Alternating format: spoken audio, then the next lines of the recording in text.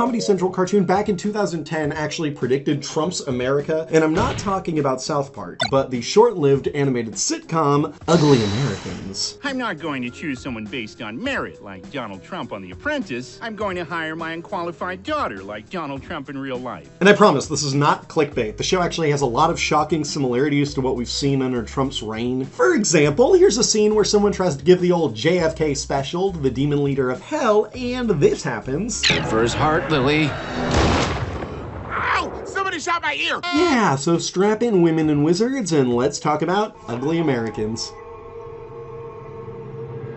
Ugly Americans is an adult animated sitcom created by Devin Clark for Comedy Central. It aired from March 2010 to April 2012. And something I wasn't aware of when I started this is Ugly Americans actually started out as a web series, but not like some indie darling like Smiling Friends. You see, Devin Clark had been working at Comedy Central Studios basically right out of graduating university, and his early tasks consisted of creating bumpers that would air during commercial breaks for the network. Although the hungry hipster had heard through the grapevine that the bigwigs were actually searching for animators to create short series for their website. And that's when Clark gave birth to the show that we know today as 5 On with Alan Walter. What, did you think I was going to say Ugly Americans? Why would I say that? Just because it was in the title? Shut up, I don't have that DVD. This series looks very rough, but it does have quite fascinating aspects that I want to point out, such as the collaborators that Devin Clark was able to work with on this, which include a bunch of, at the time, young comedians, most notably John Mulaney and Nick Kroll, you know, like the Rescue Ranger voice actors. And these guys wrote and voiced their own bits too, and you can tell because John Mulaney's are really funny and witty. Oh, sorry, Josephine. I was at a robot coke party all night. Chicks, tits. Sounds like a good time. It wasn't. Well, Nick Kroll's are, not. Today we're asking robots about their feelings about illegal immigration in our country. Why are you asking me? I am not a robot. I am Laura Bush. I apologize. Wife of the President George W. Bush. Okay, Nick Kroll is like light years more successful than me, so I'm just being a hater, but I will be a proud hater. I love hating Nick Kroll. Sorry, what am I talking about again? Ugly Americans. 5 On with Alan Walter, that's it. The 5 On series consisted of parody news segments based in a fantastical version of New York, where humans live with robots and demons and wizards and sometimes even women. Each short featured various citizens giving their opinion on certain issues in the city. And 5 On appropriately had 5 episodes, but they were only 3 minutes long. Come on, couldn't have made them 5 minutes each. The animation consisted of these talking character loops that totally don't scream low budget. Honestly though, a clever tactic to produce these things, and it allowed the comedian's writing to take the spotlight while the peculiar characters and world left whoever viewed it curious to discover more. And I like how in this program we could see some early character designs, like for Randall, Twain, Leonard, and Callie. Oh yeah, and there's the Donald Trump reference. But, you know, Rosie O'Demon, she's a fat loser, whereas I am a slim or slender demon. No more so probably than this dude, David Stern, who would end up hopping on to help develop and refashion the world of 5 On with Alan Walter to become Ugly Americans with Alan Walter. What, there's no Alan Walter? What the fuck happened to Alan Walter? Dude, I'm done with this. I'll be going over the rest of the supporting characters in a moment when I start making more of the connections to Trump's America. So for now, let me just continue giving a little overview of the show. Ugly Americans is a show based around the social worker Mark Lilly, who works in New York City's Department of Integration, which specializes in facilitating the integration of non-humans into the city. So a lot of these episodes may consist of a Scooby-Doo Monster of the Week style thing, except, you know, they're not solving a crime, it's just like trying to help them get laid or something. Usually they're trying to help them get laid. It's Comedy Central, okay? You're asking, what are we writing a funny plot about? It's like this, that's what we got. The animation was done by Augenblick Studios, known for programs like Wonder Chosen and Super Jail, just to name a few. The animation did have a very specific style that took a little time to grow on me, but I think I really appreciate it now. The character models do come across more stiff and less dynamic, but you can tell there was a lot of love put into the backgrounds and sight gags in the show too. The team said they drew a lot of stylistic inspiration from EC Comics, not DC, EC. That's why they used a lot of melodramatic color shots, inky lines, and heavy blacks. Another awesome detail is that they start every episode paying homage to a different decade or style of horror. So you come into the episode thinking that some horror scene is happening, only for there to be a comedic subversion. One of the strongest aspects, in my opinion, is the voice cast. But it's not a bunch of normal voice actors that we're used to seeing in cartoons. cartoons. The show, leaning into their Comedy Central roots, hired a bunch of stand-up comedians for the roles instead of voice actors. A choice that could lead to forgettable, mismatched performances, although if a casting director does have a skilled ear, they could just cast these comedians who have voices that fit like a glove, and then they don't have to worry about doing a silly voice. And that's exactly what we got here. Matt Oberg voices the main character Mark Lilly, and I was not, and honestly am still not, ultra familiar with Oberg, but oh damn, this guy does an excellent job carrying the show as the ultimate straight man to this zany world. And for someone without much acting work previous to this, he gave Mark's emotion a good amount of nuance. That's probably why Matt Oberg has seemed to find a good amount of recent success lately playing Kite Man in these DC shows. Hey, you know me, I got a kite. Dude, get that bag. Natasha Leggero provides the sultry, dominating vocals to Callie Maggotbone, Mark's love interest. Quick side note, Devin Clark, the creator of the show, posted the original pitch pilot version of Ugly Americans to his YouTube channel, which cuts out a whole plotline from the pilot that aired on Comedy Central. But on top of that, we find out some of the voice cast wasn't set in stone yet, as Callie's voice actress was different in the original. Sucks being you, huh, choir boy? Excellent debasing, Callie. Sucks being you, huh, choir boy? Excellent debasing, Callie. Yet I do think they made a brilliant choice going with Leggero. Her natural aura that you can even see in her stand-up comedy translates flawlessly. Justin, you've been on Ellen more than a pussy juice mustache. While following this role, the next notable voice acting role I remember her snagging was replacing Caitlin Olsen, aka Dee from It's Always Sunny, voicing Ethel for season 2 and 3 of Brickleberry. It's hard to not forget that one. The role didn't really fit her, to be fair. Comedian Kurt Metzger drones in with his voice for Mark's zombie roommate Randall. Oh, Kurt. I really want to like you, buddy. Really do. I've enjoyed one of his comedy specials before, and I've always thought he brought such a refreshing and natural delivery to his lines as Randall. Man, Sudoku is boring as shit. What is this, a punishment in China for Googling the word freedom? But some of the things he's been up to, it ain't it. First off, he worked with the sketch show Inside Amy Schumer. Gross. He did win an Emmy and Peabody Award for this work, though. Truly shocks me because a good amount of those jokes apparently were plagiarized. And yeah, he's been producing some bad takes, even recently, with some Schmeckstein stuff. Randy Perlstein, a veteran GTA voice actor, does the voice for Leonard the Wizard. The angelic voice of the demon boss, Twain Bone Roper. I don't think I can say that last name on here without getting demonetized, so Bone Roper is who we'll call him. The angelic voice of Twain belongs to Michael Leon Woolley, who is quite the theater kid. Woolley's got loads of Broadway experience under his belt, having even played the plant Audrey 2 in The Little Shop of Horrors. And he may not be a stand-up comedian, but they actually found Woolley when he was doing a table read for Matt Stone and Trey Parker's musical The Book of Mormon before it was a giant Broadway hit. So they knew he had good comedic timing. There's also Larry Murphy, who plays Police Lieutenant Grimes, and he's no stranger to adult animation, having been in shows like Assy McGee. And yes, he was the Assy McGee from Assy McGee. We're in the presence of greatness, boys. And there's plenty of cool additional voices to catch, like Nick Kroll and John Mulaney who return. Comedian Pete Holmes provides a few voices. Creator Devin Clark even stepped into the booth on a few. But the best one to shout out is John H. Benjamin, who comes in to play the male version of Callie in an episode of season 2. You see, Callie goes through a long-term gender change in order to broker a deal with the all-male population of Atlantis. While I'm talking about this episode, I was shocked at how ahead of its time they were with this episode essentially bringing up transgenderism. The characters are all quite progressively thinking. It's played partially to comedic effect since Mark wishes for his male cohorts to legitimize his feelings about Callie being a man. You know, he's not really all cool with it. Ditching your girlfriend just because she's a he? That's discrimination, Buster. I guess it was all about the body for you, not the person. But it's not really played for comedic effect, seeing as how it genuinely leads Mark to declaring that Callie's gender doesn't matter and that he loves Callie for who they are, not their genitalia. But I know now, it's what's inside that matters, not the packaging. I love this woman. Superbly executed. And like I said, it's John H. fucking Benjamin as Male Callie. So this almost feels like an episode of Bob's Burgers or Archer. I don't know if it feels like an episode of Archer. I haven't seen a lot of Archer.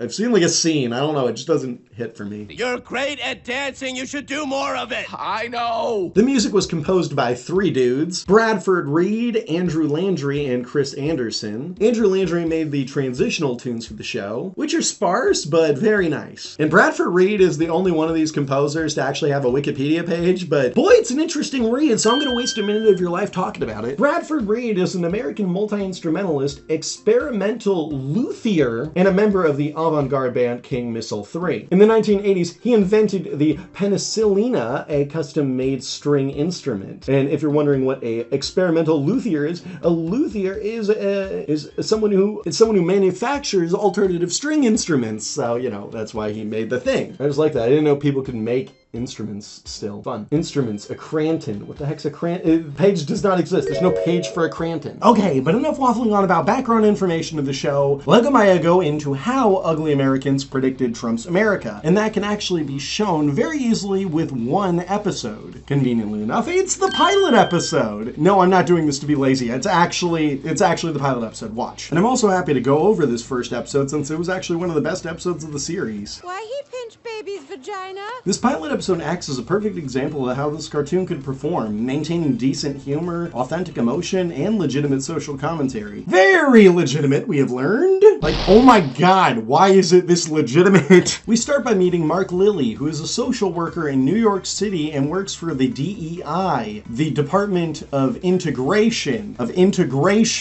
It sounds a lot like immigration. Mark Lilly is a young and newer employee, but he's very optimistic, which is good because today everyone else but him in his department gets fired. That's how little funding his department gets, yet Mark makes the best of it and starts a integration therapy group sort of thing, which we do get introduced to a lot of fun characters here. I know I said all of Mark's coworkers got fired, but he still does have sort of a slightly upper management, similar position co-worker in Leonard Powers, the wizard. He's an elderly co-worker of Mark's who appears to have a fairly similar role, although for how much work we actually see Mark doing compared to Leonard, that definitely does not seem fair. Leonard's the guy who's been working so long at a company that he essentially has unspoken tenure, so he should be good at his job, right? I mean, he's even a wizard, so that should include some great perks for the company, huh? Nope, he's an incompetent alcoholic who just lies instead of doing any work, despite having the mystical powers to accomplish any task multitude times easier than any human like Mark could. Abracadabra.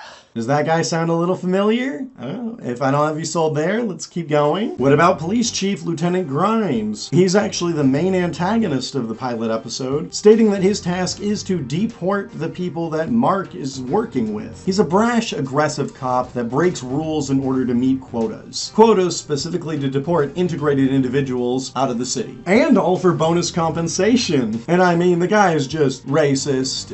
He doesn't even really know what he's racist against. He's just blindly racist. And I hate Mexican food. Even chalupas? Wait, that's Mexican? I love those. What do I hate then?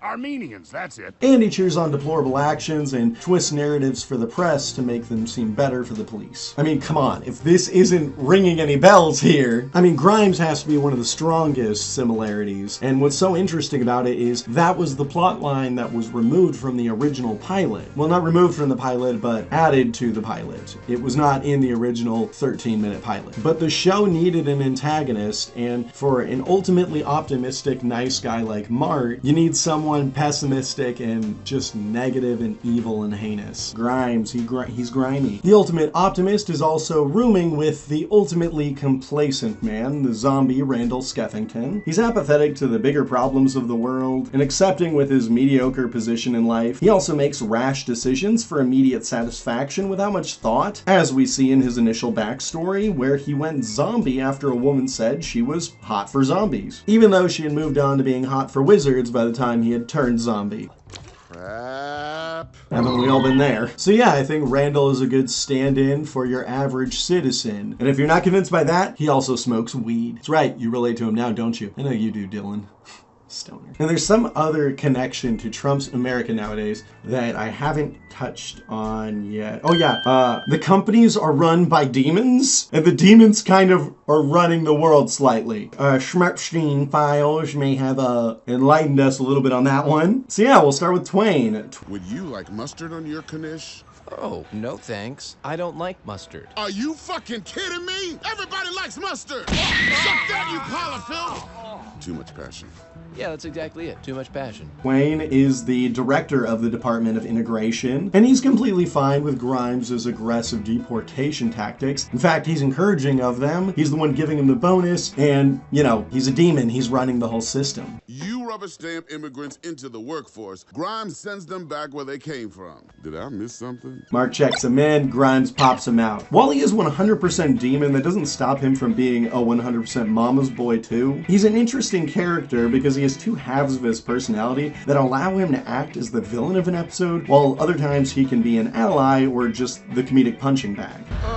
I think I'm gonna need a bigger mating bone. Fluffers. He's either being a silly goober or a homicidal, maniacal goober. And let's not forget that Mark is in a shaky relationship with the half-human, half-demon chick, Callie Maggot-Bone. Callie is also his manager at work. Mark and Callie appear to have a compatible sexual relationship, which has got to be the only thing not milquetoast about Lilyboy here. Although the couple definitely has different goals and values in life. So innocent. I just want to corrupt your soul and drag you to the bowels of hell! What's wrong? Callie is a cold, heartless corporate drone, and she loves it. For instance, naturally, she loves Mark and thinks her boss Twain is a tool. However, when Callie's on the clock, she will kiss Twain's ass and betray Mark with a smile on her face. On top of that, simply being a demon means Miss Maggot-Bone often doesn't have the best intentions for the human race, especially since her father is a very prominent demon with a hilariously subversive squeaky voice. Put my pie away. Put your pie away. The pie was your idea. You said the next time you want to kill someone, try giving them a pie instead. But hey, demons who run the world still exploit nepotism. Ain't that right, Don Jr., Barron, Jared? I don't know, Trump probably has other kids we don't know about.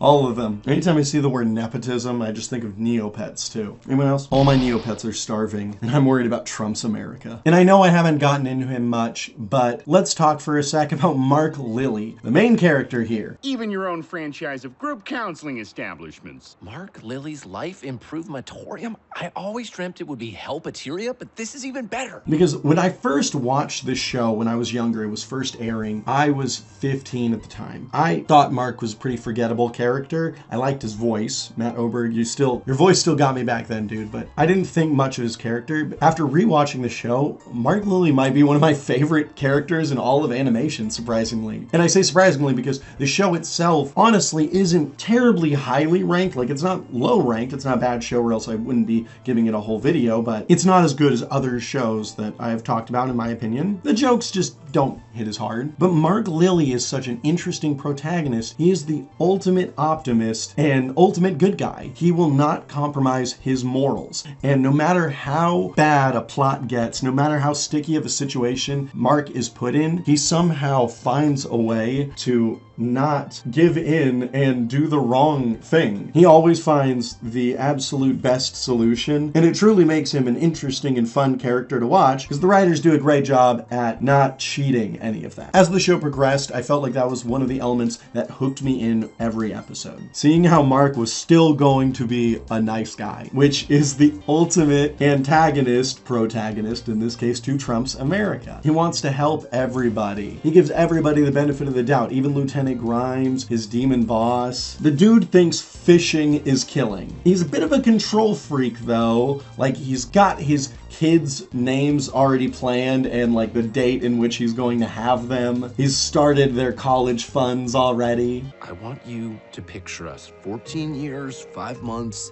and 6 days from now. We're living on our houseboat with our children, Ethan and Desiree. There's even an episode we learn later on where his positivity almost was toxic. He was telling his girlfriend she wasn't allergic to eggs, she was just afraid of them, and he used his therapy speak to make her eat eggs and... Mommy, why can't you have the most important meal of the day with us? And you say, because I'm afraid of the eggs your father makes it. Didn't go well. She turned into the Hulk. I'm not kidding. Watch the episode. It's a fun one. But it doesn't have anything to do with Trump's America. I don't think eggs have turned people into the Hulk yet. Eggs have not turned people into the Hulk yet. But here are a few moments not from the pilot that did make my gaydar go off. Like I said, we have essentially ICE going after immigrants and demons running the world. I showed you Twain getting his ear shot off, and now that you know he is Mark's boss and not a demon leader, you're probably wondering, hey, how does that connect to Trump? Well, in that episode, he is reenacting a war in which he starts as a demon soldier and worked his way up, became the leader of demons, and is literally giving like a demon president speech, and Mark is having to assassinate him. He misses, gets his ear. It's even like a nerdy, not usually shooting a gun white boy going after the leader. Now that I think about it, I think it's very appropriate that they put Mark Lilly in a blue shirt. Is that the little nod to the left-leaningness? Oh yeah, and earlier in that Demon War reenactment episode, when Twain is going through boot camp as a soldier, he gets told this command. We will RSVP now to Diddy's white party. They RSVP for Diddy's parties because they're polite for him because he's a monster. There's even a whole episode surrounding a politician who's an absolute sleazebag. He's lecherous with women, throws his money around, is constantly doing inappropriate things, saying inappropriate things to the press, and he just flaunts that he can get away with it. Touts it happily because he's made a deal with the devil. Oh my god. Now, I would say this character is obviously there to parody Trump if this wasn't, years before Trump ran for office, and if Trump wasn't also already featured in the show in an episode. Oh yeah, how can I forget? In the pilot episode, the demons are eating babies in hell. And we have an unbaptized baby arm soup with a playful raspberry coulis. I'm going with the breadsticks. Those are also baby legs. Now, I know they were just making a pop culture reference, but the show even alludes that Justin Bieber may have sold his soul in order to get his fame. I don't think he did that, but I definitely think something has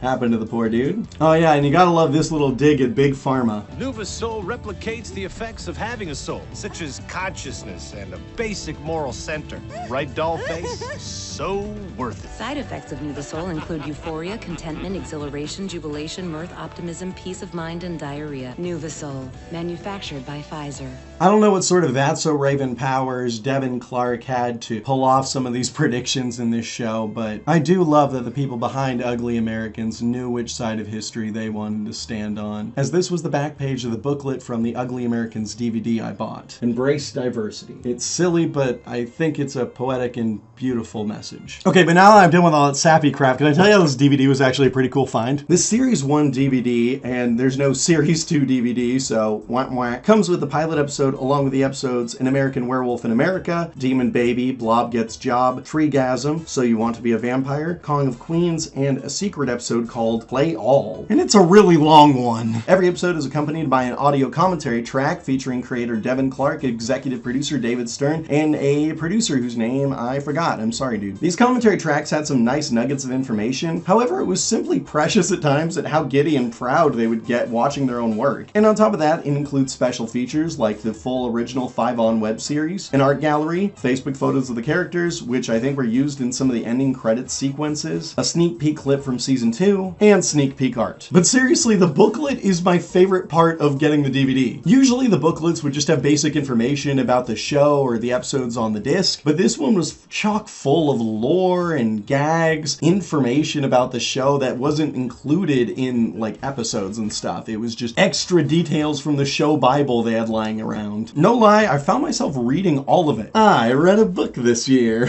My favorite page to see was the choking victim poster, which is a big reference in the episode Demon Baby, where this guy names his baby choking victim. What's its name? Choking victim? So that was neat to see in full detail. And I would tell you more about the booklet, but alas, I framed it before I decided to write this part, and I don't want to go to all the effort of taking it out. But don't worry, for those of you extra morbidly curious, pop over to this guy's video, which he recorded like 16 years ago whenever this DVD came out. He's just reading the whole thing. You know what, you can go watch this video now. It probably kicks my video's ass. No lie. I got that Abe Lincoln syndrome, sorry. Still eating brains? We can help.